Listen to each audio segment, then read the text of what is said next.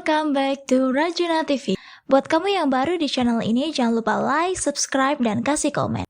Terus dukung pertumbuhan channel kami melalui Saweria. Terima kasih, selamat menonton.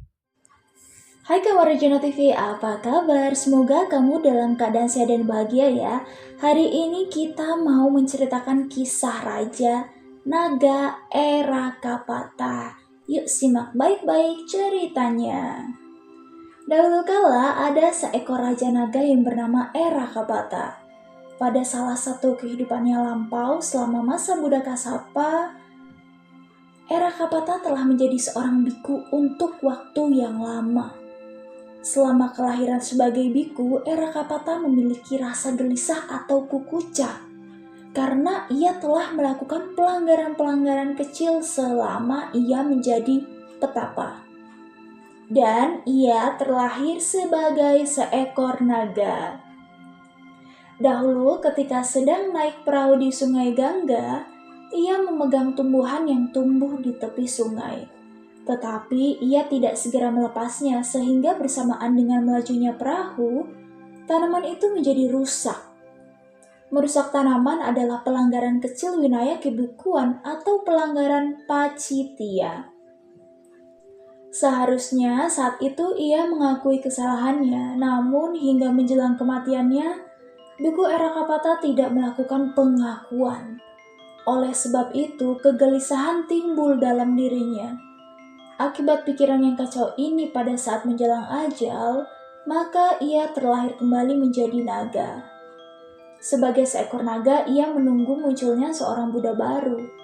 Erakapata memiliki seorang putri yang cantik dan ia memanfaatkan anaknya dengan tujuan menemukan Buddha.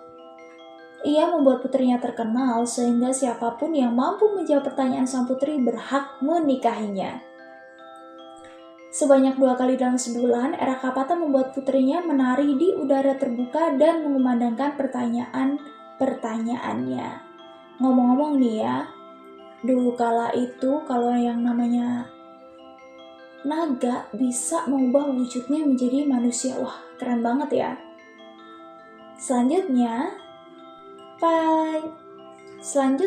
banyak pelamar yang datang untuk menjawab pertanyaannya dan berharap menikahi putri dari Erakapata. Namun, tak ada seorang pun yang dapat memberikan jawaban benar. Di hari lain, dalam pandangannya Buddha melihat seorang pemuda bernama Uttara.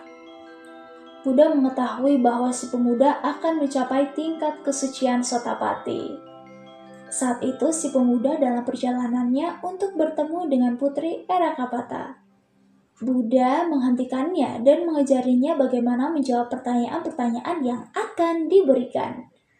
Ketika sedang diberi pelajaran, Uttara mencapai tingkat kesucian Sotapati. Di saat Uttara telah mencapai tingkat kesucian Sotapati, ia tidak lagi memiliki keinginan terhadap putri Erakapata. Meski begitu, Uttara tetap pergi untuk menjawab pertanyaan-pertanyaan tersebut demi kebaikan semua makhluk. Keempat pertanyaan itu adalah sebagai berikut. Siapakah penguasa? Apakah seseorang yang diliputi oleh kabut kekotoran moral dapat disebut sebagai seorang penguasa? Penguasa apakah yang bebas dari kekotoran moral? Orang yang seperti apakah yang disebut bodoh? Berikut jawaban yang Uttara berikan kepada putri Erakapata. Ia yang mengontrol keenam indria adalah seorang penguasa. Seseorang yang diliputi oleh kabut kekotoran moral tidak dapat disebut seorang penguasa. Ia yang bebas dari kemelekatan disebut seorang penguasa. Penguasa yang bebas dari kemelekatan adalah yang bebas dari kekotoran moral.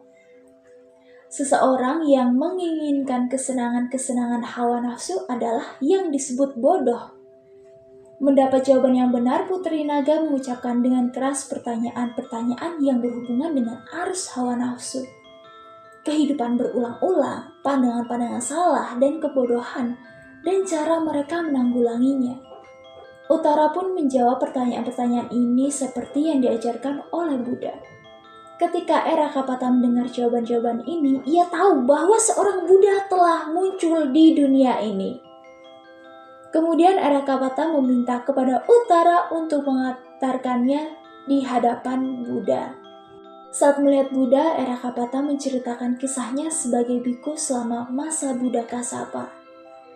Ia menceritakan bahwa dulu ia tidak sengaja menyebabkan sebilah pisau tumbuhan patah karena ia sedang melakukan perjalanan di atas perahu. Erakapata juga mengatakan bahwa ia sangat khawatir terhadap kesalahan kecil yang telah diperbuatnya akan menggagalkan usaha pembebasan diri dan akhirnya terlahir sebagai seekor naga. Setelah mendengarnya, Buddha mengatakan kepada sang naga betapa sulit untuk dilahirkan di alam manusia dan untuk dilahirkan pada saat munculnya para Buddha atau selama para Buddha mengajar. Wah, ternyata kelahiran sebagai manusia itu berharga banget ya kawan. Kemudian Buddha membeberkan Dhammapada syair 182 berikut. Sungguh sulit untuk dapat dilahirkan sebagai manusia, sungguh sulit kehidupan manusia. Sungguh sulit untuk dapat mendengarkan ajaran benar, begitu pula sungguh sulit munculnya seorang Buddha. Khotbah tersebut bermanfaat bagi makhluk-makhluk, sedangkan Erakapata sebagai seekor hewan tidak dapat mencapai tingkat kesucian Sotapati. Tahukah kamu Rajana TV, pada saat meninggal, keadaan pikiran kita sangat menentukan kelahiran berikutnya loh. Apabila pikiran kita gelisah, tidak tenang, terlalu overthinking, ataupun melekat terhadap harta benda, situasi, sanak keluarga, maka secara otomatis kelahiran berikutnya juga terpengaruh. Oleh sebab itu, sangat penting bagi kita untuk senantiasa menjaga ketenangan batin bagi orang-orang yang meninggal.